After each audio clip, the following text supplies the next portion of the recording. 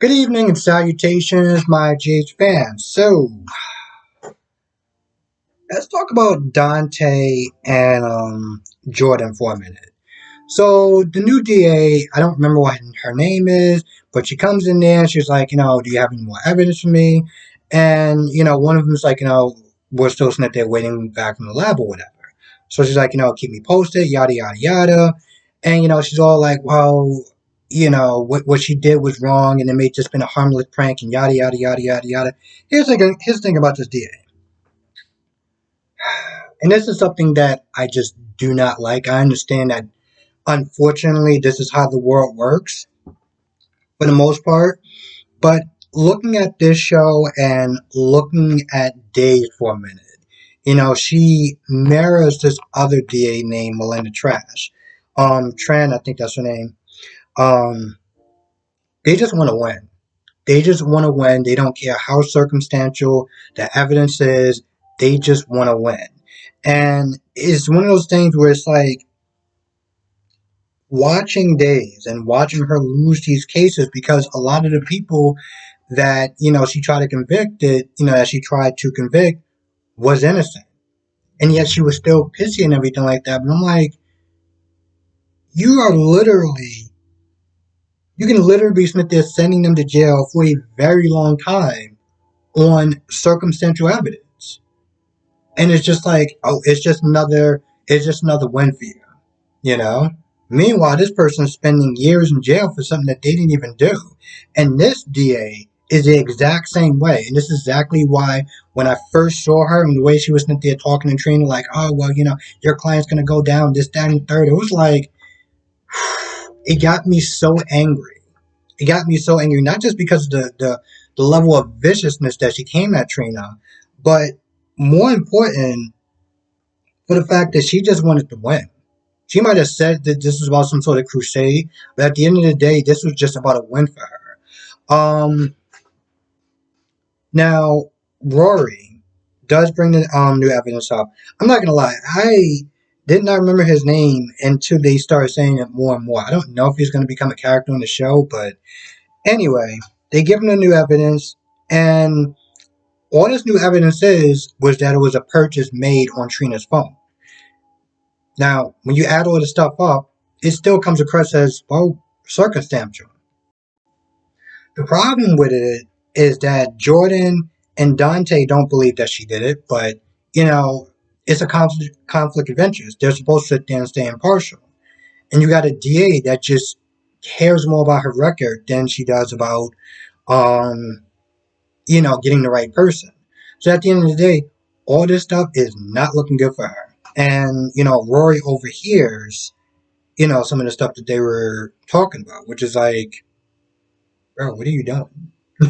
I mean, I get that he probably has a thing for Trina, so it's like maybe he's gonna sit there and tell her or something. I don't know, but it was a little kind of odd, especially for not a trainee, but somebody that just got out of the academy. Who's like, well, what's going on, bro? If they wanted you to know, they would include you in a room. Um, so they got that going on.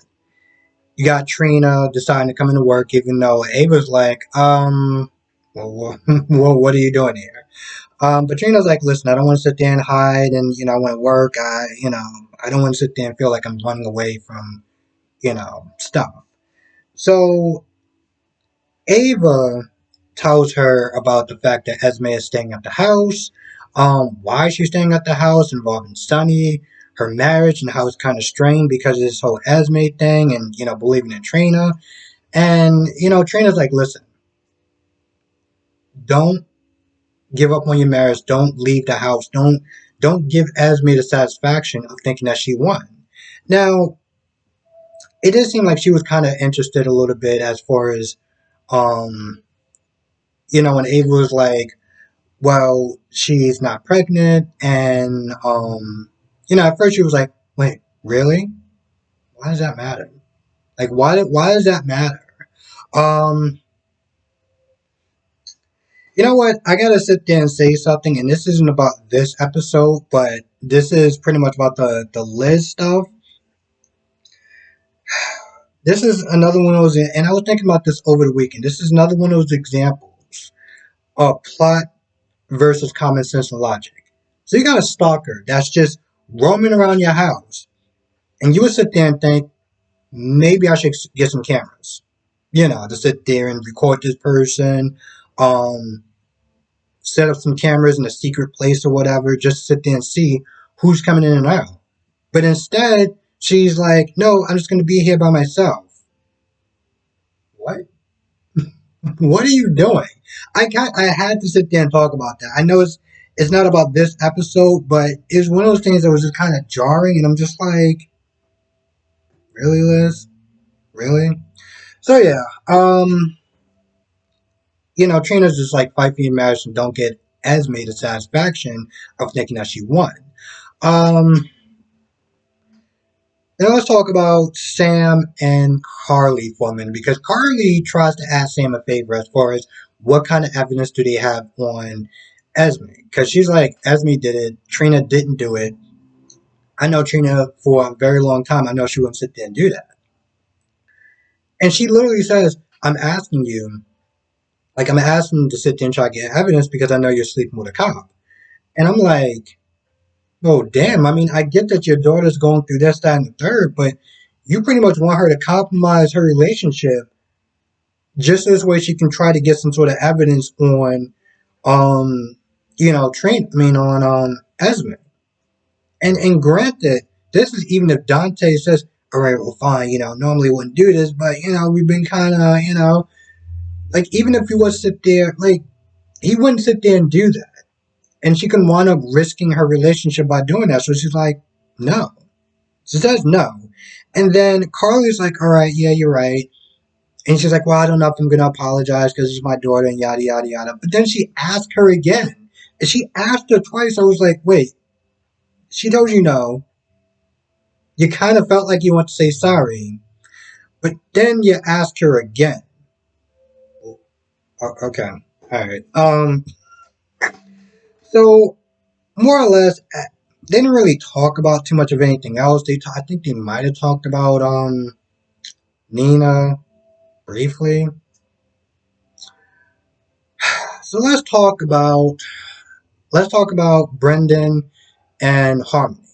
So first, Alexis she's going to the docks to go sit there and go to the launch to see Nicholas. She runs across Harmony, and she's like, "What are you doing here?" And Harmony's like, "Well, sometimes I like to come here and just think or whatever." I was like, "You come to sit there and think at the docks at night.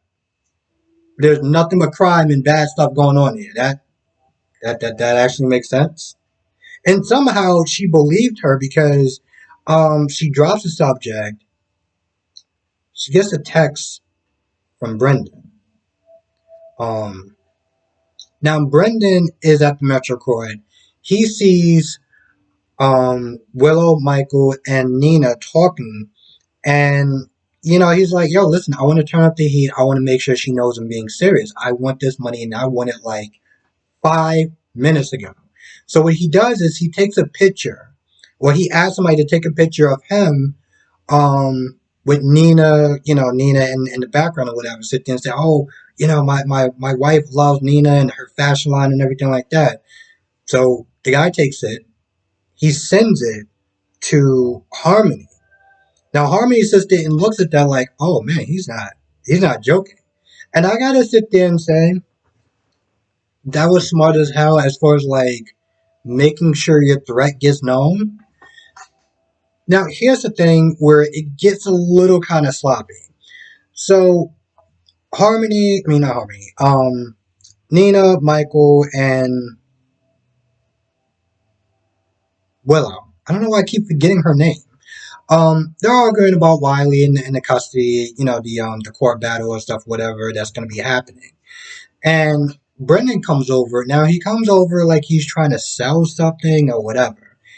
The idea is for Harmony to walk in, see Brendan talking to Nina, and just to scare her even more.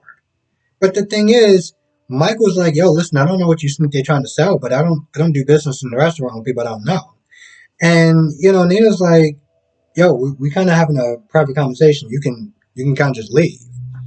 I'm sitting there thinking, how long would you plan on bothering them before Harmony got to the Metro Court? Because she could have been halfway across town. What was your plan? Um, anyway, and obviously it worked. Because Harmony gets there, she texts Brendan and she's like, all right, you win. So Harmony makes up some sort of excuse when Brendan leaves because, Willow's like, do you know this guy? And Carly comes down there and she's all like, oh, like, what are you doing here? It's like, oh, I forgot my phone or whatever. I'm like, man, you are starting to become an incredibly bad liar. So she leaves, she gets down to the docks, and, Brendan's like, all right, it's nice, I'm not joking. Like, next time we pretty much have this conversation, I better be counting some money. Um, Now, Harmony is like, you're going to get exactly what you deserve. We all know what that means. Now, this is one of those plots where I feel like Brendan's going to sit there and make a threat. He's going to be like, listen, if you hurt me, you harm me in any way, my lawyer, can't remember which one, is going to send a letter of everything that happened, and you're going to go to jail. It's kind of like, it's pretty much an insurance policy. Um, I'm just guessing that that's what's going to wind up happening. But I gotta sit there and say, I mean, I know a lot of people don't like Brendan because he's the bad guy, he's yada yada yada. But I'm like, yo, I'm not, I'm not encouraging, I'm not endorsing blackmail. But if you gotta sit there and do it, um, it was well thought out and also kind of convenient that she managed to get there before Michael was like, all right, I kind of had enough of you, can kind of just bounce. So I give him points for that. I give him points for that. Now, this is where the rest of this conversation goes a little sideways. I mean, the rest of this episode goes a little, I wouldn't say sideways, but just more kind of. Mm. Um, so Esme is continuing to play Nicholas and Spencer. And Alexis gets there. And I think Esme says something about, oh, well, I've been seeing stuff in the Invader about the trial and everything like that. And it's pretty much like the go to paper or whatever. And it must have upset Spencer because Spencer was like, all right, listen, I'm out. Um, he says, he loves Alexis and he kind of leaves. And Esme goes after him. Now, all Alexis does is sit there and try to make sure that Nicholas doesn't follow in his father's footsteps as far as pushing his son away or being a bad parent or something, which is kind of ironic for her because she even sits there and says, I really have no room to sit there and judge. Um, but I'm going to be a hypocrite anyway, and I'm going to continue to judge because apparently that's what Cassadines do. And it's kind of like a way of Smith is saying, well, I know I'm wrong, but I'm going to be wrong anyway and just keep doing it. Um, and just there to give him advice. Now, I think Spencer said to Esme that, I'm going to find another way to sit there and, pay restitution as far as, not working with Trina. So he gets down there, he sees Trina there because his plan was to sit there and talk to Ava. And unfortunately, Ava left to go back home, so he rung in Trina, and they get that, that glare, that stare, whatever, and it's just, okay. Now, I will sit there and say this as far as Trina and her storyline and everything that's going on. Like, I know a lot of people that are angry that this is happening to Trina for a couple of different reasons.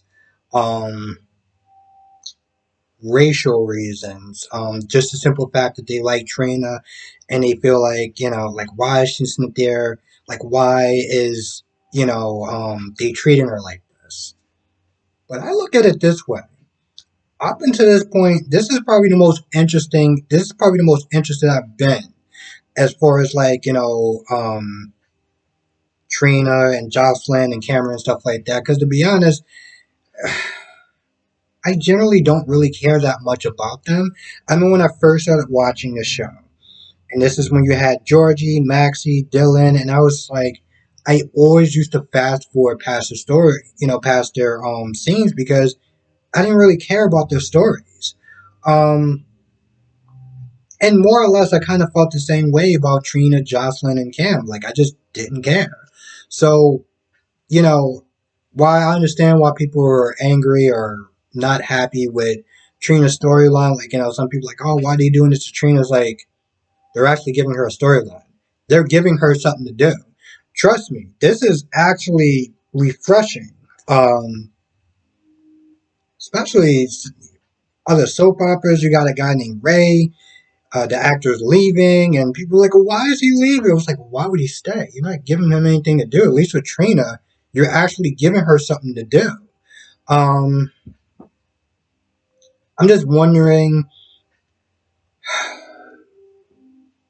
Unfortunately, a lot of times, even with the smartest characters, they can make them do and say the stupidest things. Like, I made a remark Friday, I think Friday, when Trina was like, maybe I should change my plea deal, because it's affecting my family. And I remember somebody in the comment section was like, maybe she's just young and scared. I was like, no, no, no, no. We're not going to give her that excuse for a couple of different reasons. One, if that was the case, she should have did that from the start. Um, and I just don't like them playing down. I don't like them that they're playing down people's intelligence, especially somebody like Trina. So, yeah. I feel like that's about it. I don't think this episode was bad, but I felt like this episode was literally filler. Like, besides the whole Harmony and Brendan thing and the fact that they found a credit card purchase on Trina's phone, they didn't really do anything. I mean, granted, that's just like, unfortunately, one more nail in the coffin as far as um, them trying to put Trina in prison by that DA that's just more concerned with winning than she is concerned with actually getting to the bottom of the truth. She's annoying me kind of like on days with Melinda. Like, they both seem like they just do not care. They're more concerned with winning than they are with, getting to the bottom of it. And unfortunately, not to get all preachy or lawyer or anything like that, unfortunately, that's kind of how it is in the real world. Anyway, with that being said, I'm going to go. I want to thank you for watching. Be safe. Let me know what your thoughts are in the comment section below, and I will see you in the next video.